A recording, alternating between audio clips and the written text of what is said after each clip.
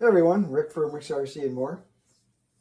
I have in front of me here, these are the Proline Hyrexes off of the SCX 10.3. I was running the machete wheels that come with it, KMC machetes I believe they're called, with the dual stage Proline foams. I picked these up off of Amazon. These are RC Lion aluminum bead locks. I just thought I'd try them out.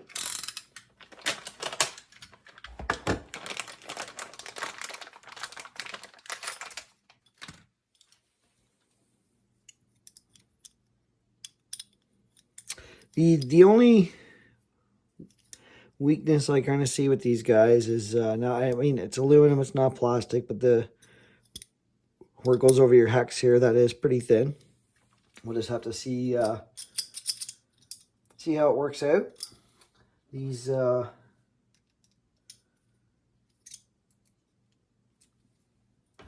a Allen key to fit. Now, from what I've seen with reviews on these, you just need to be careful tightening down the hardware. Apparently they can strip out easily, so they say to use Loctite on them. Now the center hub with the hex on comes out. Apparently you can order different offsets on these.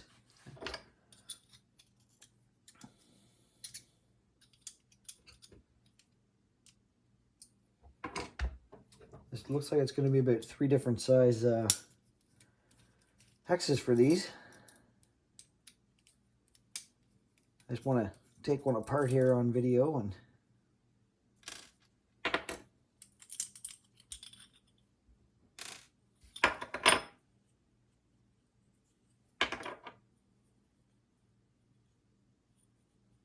it seems to be decent quality. There's a little bit of a edge on that.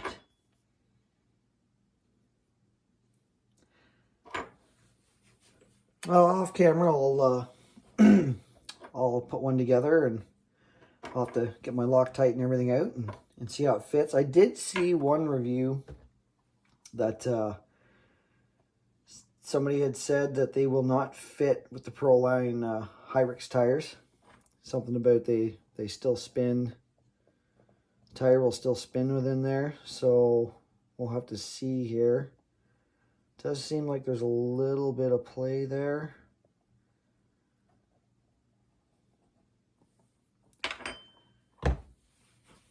I'll get to work and I'll let everybody know.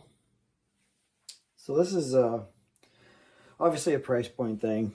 So you got to put all that hardware in, and because it's aluminum, I would definitely Loctite. So I've done this one. I'm going to put one of the wheels together and see how it fits with the Hyrexes, because like I said, it does seem like these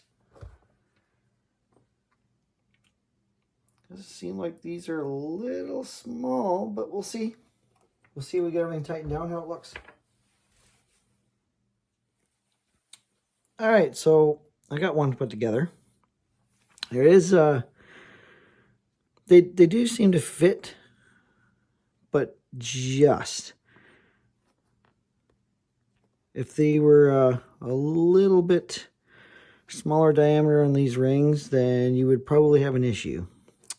It doesn't seem like it's going to pop out of the bead. We'll find that out on the trail. There's one on there and assembled. The next thing will be, will these clear portals. They should. On Amazon, it did state that these would fit the SCX 10.3. And yeah, it looks like it's going to, just from throwing it on the Jeep up there, I'll throw them all on once I'm done building them. But yeah, so far so good. they don't, they're not a whole lot heavier than the plastic bead locks that came with the SCX-10 III. Doesn't seem to be a whole lot more weight there, but there's a little bit. And I mean, you don't want a lot of rotating mass anyway, so you don't want them too heavy. I mean, you could weigh them. I'm pretty sure you can buy these rings in a brass, and they come with a separate little baggie of hardware. And the first one did come with extra, so that's always good, because I did see one review where the gentleman reviewing them said they came with no hardware, so he had to get a screw set for them. It was probably just a quality control thing, and then it was missed. But not they're a 3-piece bead lock, obviously. They're not like some of the bead locks where you need to get this inner lip of tire tucked down in anywhere and put the outer bead on. The outer bead is basically just for show. It doesn't actually, it's not a functioning bead. It uses this inner ring that squishes the rubber in to this center ring. So I'll continue on. I'll get them all assembled, and my SCX-10 III right now is really dirty. I haven't got a chance to clean it up, but we'll throw it all together and see how it looks. One thing I will say, if you don't like to tinker, or you're kind of impatient, that type of stuff, you may want to just stick to a fake bead lock, like these guys here. It is time consuming putting all these in, and of course you're dealing with aluminum, so you want to do some Loctite.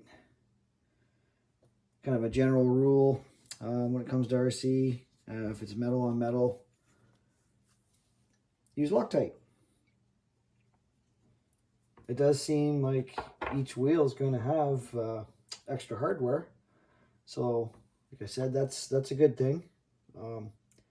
Definitely, you get these small little screws and you drop one and you can't find it, you're probably going to have to special order them from somewhere, because I don't know, at least anywhere in my town, where you can buy tiny little screws like this.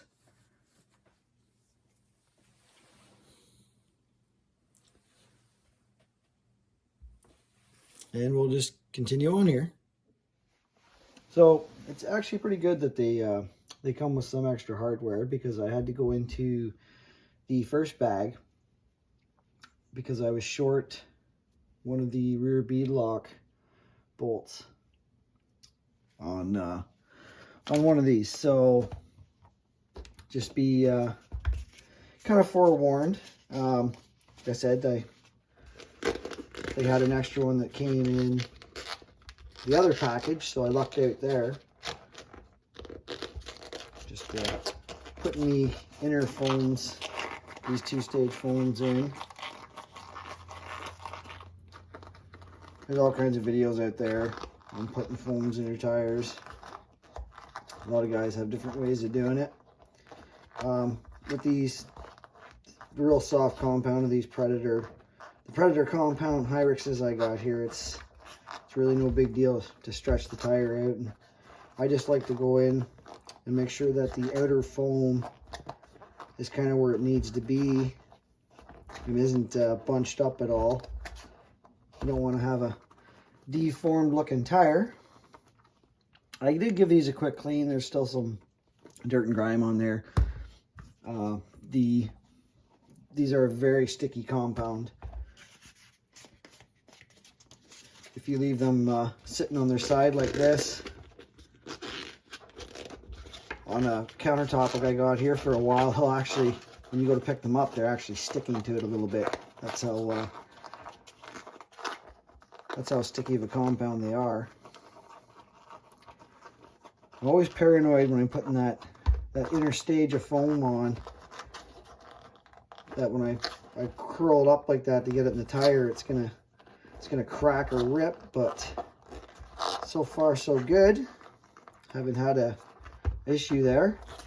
I've had these whenever you get into water, if they're vented, you're pretty much, you got to take them apart, dry the foams out. If not, your foams will start to deteriorate. I was a little while getting into taking these apart since the last run where I was in some water, and you can almost see when you're putting the foam in the tire, the little wee pieces of the foam kind of coming off. So these did deteriorate just a little bit. That's par for the course. So we're going to open up our next package and start on our third wheel.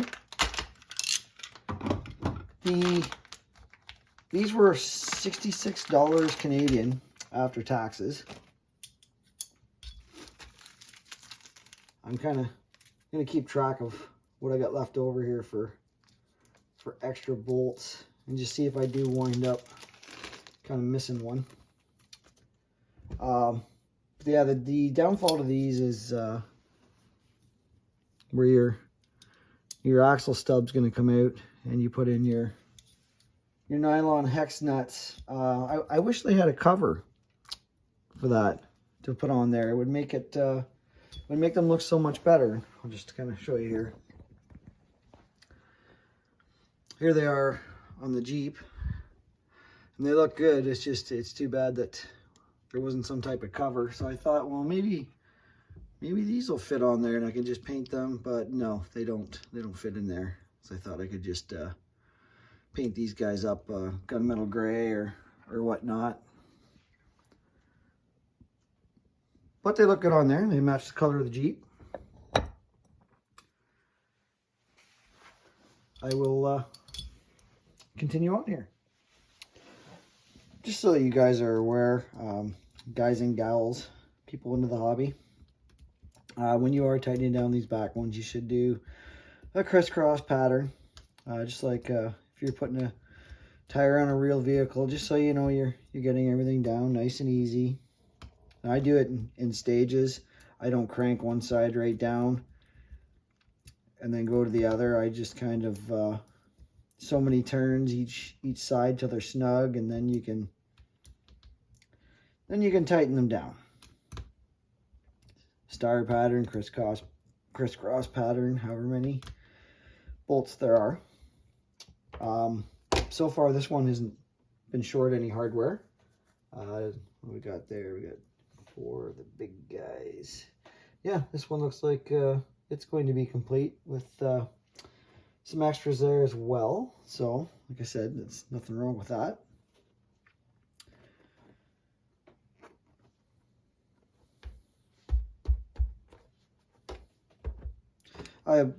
One trick I have seen from another YouTuber down the road with putting these on is to set them in another rim like this. So when you're tightening down this back ring, you're not pushing on the tire itself and pulling it off of the bead by pushing the rim down through. That's a neat little trick and tip. Works good. Well, we're going to continue on here. I still got one to go. When you're putting these rings in, make sure you get the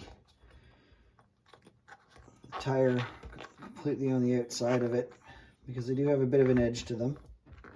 It'd really be a shame to get this far and then put a slice in your tire.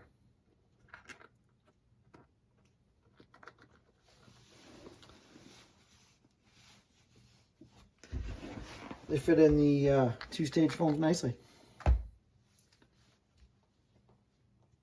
And now I'm going to be going back to the tedious job of blue Loctiting all these and putting them all in. Now once you got those in, you don't have to take them out again, because that squishes between the inner bead there just squishes, so there's no need to ever take that off, unless of course you wanted to maybe strip them down and paint them a different color or do a really fine cleaning job. But I don't think I myself have the patience to do that while cleaning. I would just clean them up as best I could without having to take them all apart again, because then you'd be back into blue Loctiting them. It is time consuming. If you take your time and you Loctite everything, you're probably looking at I'd say an hour and 15 minutes to assemble these, get them on your wheels and on your rig. So I'll continue on. When you're doing the front bead lock there too, you don't really need to do these in a star pattern per se. You can do what I do, tighten the 4 down.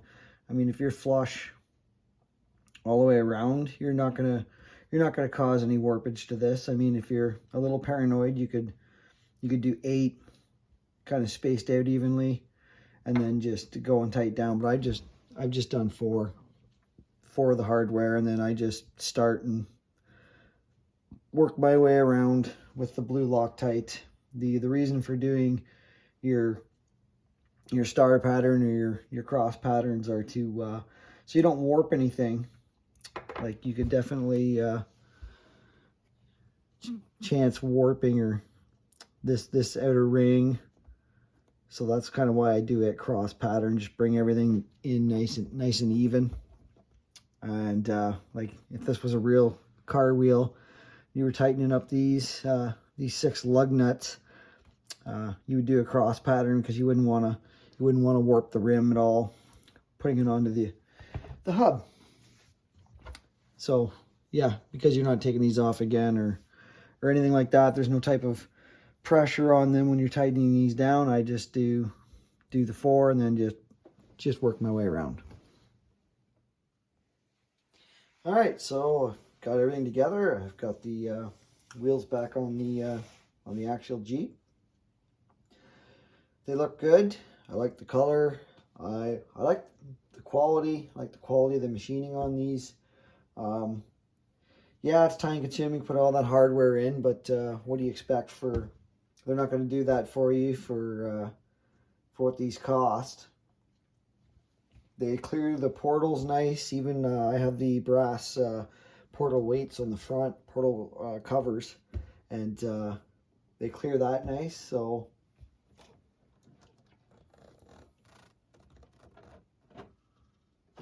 I love the articulation on this truck. So the next thing will be to test them out on the trails. You know, again, if you're looking for these, they're made by RC Lions. You can get them off of Amazon. I believe they have a 2.2 size as well as the 1.9s. There's different styles to choose from. There's different colors to choose from. So there's lots of options out there. The only bad thing I would have to say about these at this point is I wish there was some type of center cap on it. Other than that,